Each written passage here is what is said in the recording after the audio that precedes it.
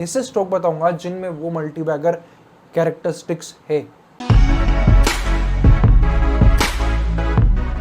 Hi guys, this is Devang Maheshwari from equialpha.com। Long term investing, काफी सारे question आते हैं जब हम लॉन्ग टर्म इन्वेस्टिंग की बात करते हैं, like which type of company you should buy, what's the growth rate to look for in the company, उसका वैल्यूएशन क्या है, ओवरऑल कौन सा सेक्टर है, कितनी मार्केट साइज है, एक्सेट्रा एक्सेट्रा। अभी इतने सारे सवाल होते हैं कि कौन सा सवाल को पिक करे और उसके बेस पे कंपनी सिलेक्ट करे, ये काफ़ी टफ हो जाता है।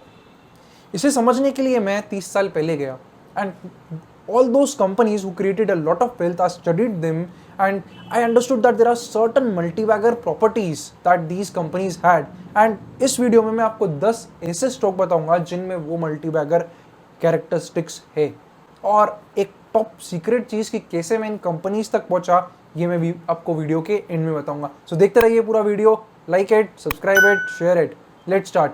सबसे पहली जो कंपनी है वो है टाटा ग्रुप की company which is called as Titan. Now Titan is into jewellery sector and majority of its revenue come from jewellery. Last 10 साल के अगर इनके सेल्स फिगर देखेंगे तो ओवरऑल सेल्स CAGR ग्रोथ है 16%, जो पैट ग्रोथ है वो अराउंड 19% CAGR, जो कि वेरी वेरी एक्सीलेंट है।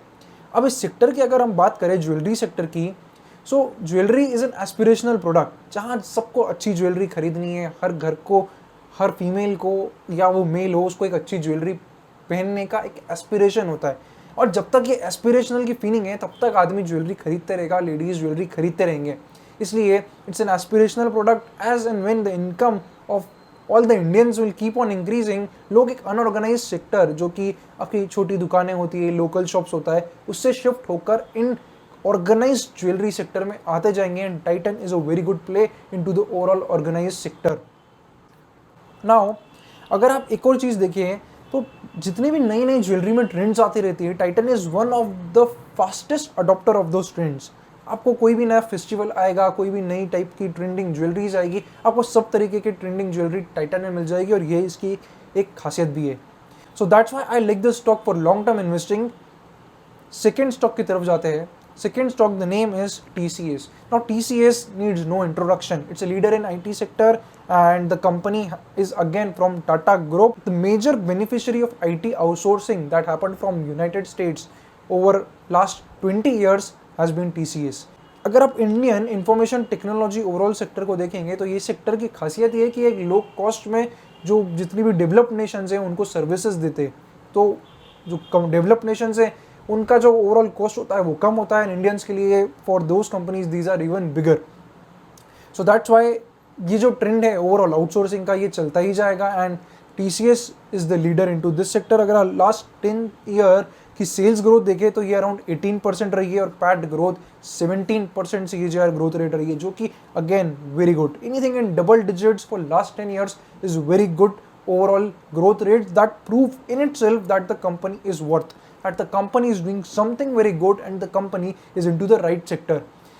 consistent compounders जो होते हैं उसमें TCS का नाम सबसे पहले आता है एंड इसलिए मैंने इसको पोर्टफोलियो में भी रखा है, क्योंकि I see this trend going on because of Covid, because of overall digitalisation that's happening across the globe and even in India. I see this trends going forward for the next many decades. So that's why TCS is the second stock.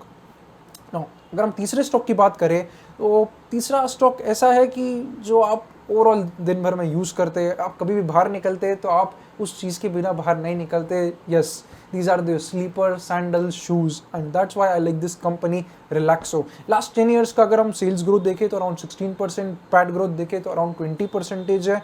And अगर इस company का market share देखें तो around 8% market share है overall footwear industry में, जहाँ पे बहुत सारे रीजनल प्लेयर है, लोकल प्लेयर है। अगर हम इन पूरी इंडस्ट्री को देखें तो इसमें 8% मार्केट शेयर जो इसका आता है। कंपनी की जो ओवरऑल रीच है वो बहुत सॉलिड है। कंपनी के अराउंड 650 डिस्ट्रीब्यूटर्स है इंडिया में और अराउंड 50,000 रिटेलर्स है अक्रॉस स्टेट्स। दैट्स वाई जो उसका ओवरऑल डिस्ट्रीब्यूशन चैनल है which is very good. And one more thing which is very good about Relaxo is that they have expanded across brands, like one of the brands which is called as Sparks, जिसका आपने add भी देखा होगा अक्षय कुमार का, then it is towards affordable premium. They started building up this brand 10-15 years back, and it's been playing out very good.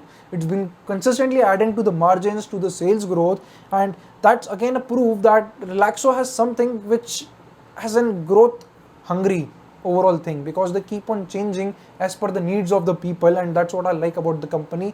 So that was the third company, Relaxo. Now coming to the fourth company, again अगर आप घर बना रहे हैं, अगर आप infrastructure में हैं, तो इस चीज़ के बिना आपका घर इंफ्रास्ट्रक्चर में कुछ भी चीज़ कंप्लीट नहीं हो सकती है, which is PVC pipes. In PVC pipes astral poly is the leader. Around 25% इसका मार्केट शेयर है ओवरऑल पीवीसी पाइप में. और अगर आप देखें, जो इस ओवरऑल सेक्टर के लिए भी बहुत अच्छा प्ले आउट कर रहा है वो है लोअर इंटरेस्ट रेट्स. आज होम लोन की जो इंटरेस्ट रेट्स है अराउंड डिकेड लो पर है. ऐसी इंटरेस्ट रेट 10 साल में सिर्फ एक बार आती है, इसलिए आप देखेंगे कि the current housing boom it's going on a very rapid speed, and that's one of the reason I want to have some stock that is towards this housing theme. इसके साथ में अगर आप देखेंगे 25% मार्केट शेयर है overall 10 years का. अगर आप CAGR देखेंगे तो sales have been growing at 25%, and 25% is not a joke. It's very, very difficult, and there are selective companies across India that's growing by that speed and is able to maintain it. जो pad growth रहा पिछले 10 साल का वो 24% रहा. Company का overall market cap is 31,000 crore market cap, no debt and quality return ratios. So that's why I like this company, Astral Poly, belonging to the Astral Group, and the bet is onto the PVC pipes, the growing household demand, the growing infrastructure demand. So ये थी हमारी fourth company जिसका नाम था Astral Poly. Now coming to fifth company, ये फेविकॉल का जोड़ है, इससे आप पोर्टफोलियो से निकाल ही नहीं सकते. The name is Pidilite industries. Pidilite is into the adhesive markets and controls around 70% of the entire market. It's brand Fevicol, लगभग अब हर घर हर बच्चा फेविकॉल को जानता है because of their very innovative marketing campaigns. क्योंकि इनके मार्केटिंग कैंपेन्स आपको जब भी दिखेंगे बहुत सॉलिड दिखेंगे. ओवरऑल कंपनी का जो डिस्ट्रीब्यूशन नेटवर्क है that is also very solid. And last 10 years का अगर आप सेल्स ग्रोथ देखेंगे तो last 10 years sales growth is 13%, PAT growth is 16%. Phenomenal distribution network, phenomenal acquisition strategies and phenomenal majbuti also. So that was the number first, second, third, fourth, fifth stock, Pidilite. Now if we go to other categories which are very under penetrated, overall sector ही बहुत under penetrated लगता है, तो ऐसा एक sector जो मुझे लगता है वो है general insurance sector. Now general insurance sector is really under penetrated, and that's why it is important to keep under penetrated stocks, to keep under penetrated overall sectors into your portfolio. क्योंकि आज अगर ये under penetrated है that is simply telling you कि growth का काफ़ी scope है. And अगर ग्रोथ का स्कोप है, कंपनी एक लीडर है, तो कंपनी मार्केट शेयर अपना इंक्रीज करती जाएगी एंड इसका फ़ायदा आपके पोर्टफोलियो पे होता है. That's why I think ICICI general insurance is a good stock to keep in the portfolio. अब जनरल इंश्योरेंस अगर आप सेक्टर देखेंगे तो इसमें डिफरेंट सेगमेंट्स होते हैं, like travel insurance, motor insurance, crop insurance, marine insurance, engineering insurance और health insurance भी. तो ये 6 सेगमेंट होते हैं एक पूरे जनरल इंश्योरेंस के अम्ब्रेला में. एंड ICICI जनरल इंश्योरेंस का इन हर एक सेगमेंट में it is having a double digit market share.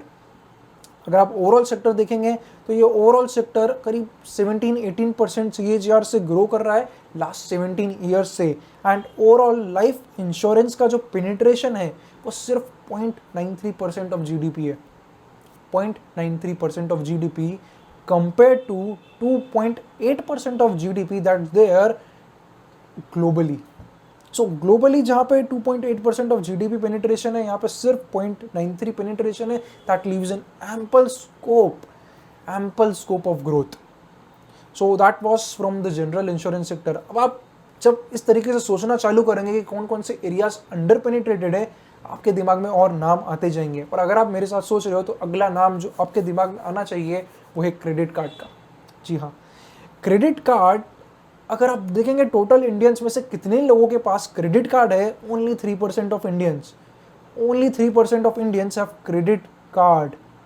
Total credit card अगर आप देखेंगे इंडिया में तो अराउंड 6 करोड़ नंबर में क्रेडिट कार्ड है, एक साइड एक credit card which are 6 crore, एक साइड एक debit card which are 80 crore. No doubt debit card काफ़ी पहले आए थे और आप जब भी अकाउंट खोलते हैं तो उसके साथ डिफ़ॉल्ट में मिल ही जाता है, बट इसके साथ आपको ये चीज़ भी समझ में आनी चाहिए कि क्रॉस सेलिंग का बहुत वाइडर अपॉर्चुनिटी है, इट इज़ टेलिंग यू कि कार्ड्स कहाँ तक पहुँच सकते हैं।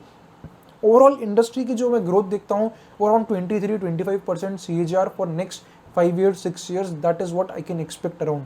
That's why credit card is one of the sector that you need to have, and the listed company that comes to the mind is SBI cards. अगर आप SBI card का market share देखेंगे तो it is having an 18% market share into the credit cards, demonetization, then we come to COVID, all these have led to an exponential improvement into the way people look at payments. See, आपको different payment methods मिलेंगे, and credit card is another way which is going to even be more popular and more accessible to all the Indians. And that's why I think SBI, with the network of SBI, with the already number of accounts, number of branches that SBI already has, it gives a very wide opportunity to keep growing. And that's why it is a good stock to keep into portfolio. अब आप और सोचिए और कौन सा ऐसा sector है जो कि काफ़ी अंडर पेनिट्रेटेड है। यस, म्यूचुअल फंड्स, इंश्योरेंस हो गया, क्रेडिट कार्ड हो गया, mutual funds, this is again a sector which is highly under penetrated. Investments portfolio, ये चीज़ों में जैसे जैसे अवेयरनेस बढ़ती जा रही है, जैसे जैसे मोर एंड मोर स्टार्टअप्स आते जा रहे हैं, ब्रोकरेज कॉस्ट रिड्यूस होती जा रही है, many Indians are entering into, and the growth momentum I expect it to be the same for the next decade. Now, two important data points है that needs to be taken care here.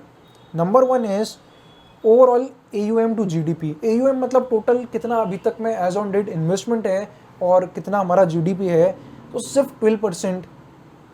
Overall AUM to GDP is 12% compared to 60% global average. यानी कि globally आप देखेंगे जितना भी देश का GDP है उसका 60% कहीं ना कहीं टोटल म्यूचुअल फंड्स में इन्वेस्टेड होता है, बट इंडिया में सिर्फ 12% है। दैट मीन्स कि मैं अगर एवरेज तक भी पहुंचना है तो यहाँ से 5 गुना ग्रोथ ओवरऑल म्यूचुअल फंड्स की ओवर द नेक्स्ट डिकेड होनी चाहिए। एक और दूसरा पॉइंट है कि only 2% of Indians actually invest into mutual funds, only 2%। अब जैसे जैसे चीज़ें ईजी होती जा रही है, डायरेक्ट म्यूचुअल फंड्स आते जा रहे हैं, this industry is bound to grow, and I expect कि ये जो ओवरऑल CAGR ग्रोथ रहेगा अगली डिकेड में वो अराउंड 15% CAGR ग्रोथ रहेगा। And that's why we need to have leaders into your portfolio. That is HDFC Mutual Fund, having a 13% market share in the mutual fund industry. So that was the 8th stock. Now the 9th stock. The 9th stock is again related to house, that make fans, that make lights, that make wires. Housing theme ke based, Havells Limited. So Havells, like I said, that it is into very different segments all related to housing somewhere, जैसे कि switch gears हो गए, आपका जो MCB होता है उसमें around 18% market share Havells है। नेक्स्ट इज फैंस में around 19% market share is what Havells have. Water heaters की अगर हम बात करेंगे तो 19% मार्केट शेयर है। Electric cables 16% market share, LED lightning में 12%, AC में 13% through its company Lloyd, and 10% industrial cables में। सो यहाँ पे मेरे लाइट हो गए, देन मेरे लाइट से रिलेटेड MCBs हो गए, फैन हो गए, वाटर हीटर्स हो गए, इलेक्ट्रिकल केबल्स हो गए। तो काफ़ी इलेक्ट्रॉनिक चीज़ें जो एक हाउस में होती है वो इसमें कवर हो जाती है, और कुछ part of industrial cables also. That's why I like this company, because it's a complete bunch towards the electrification, towards the growing house demand. And if you look onto the overall 10 years growth rate, 10 years sales growth rate have been 6% and PAT growth have been 26%.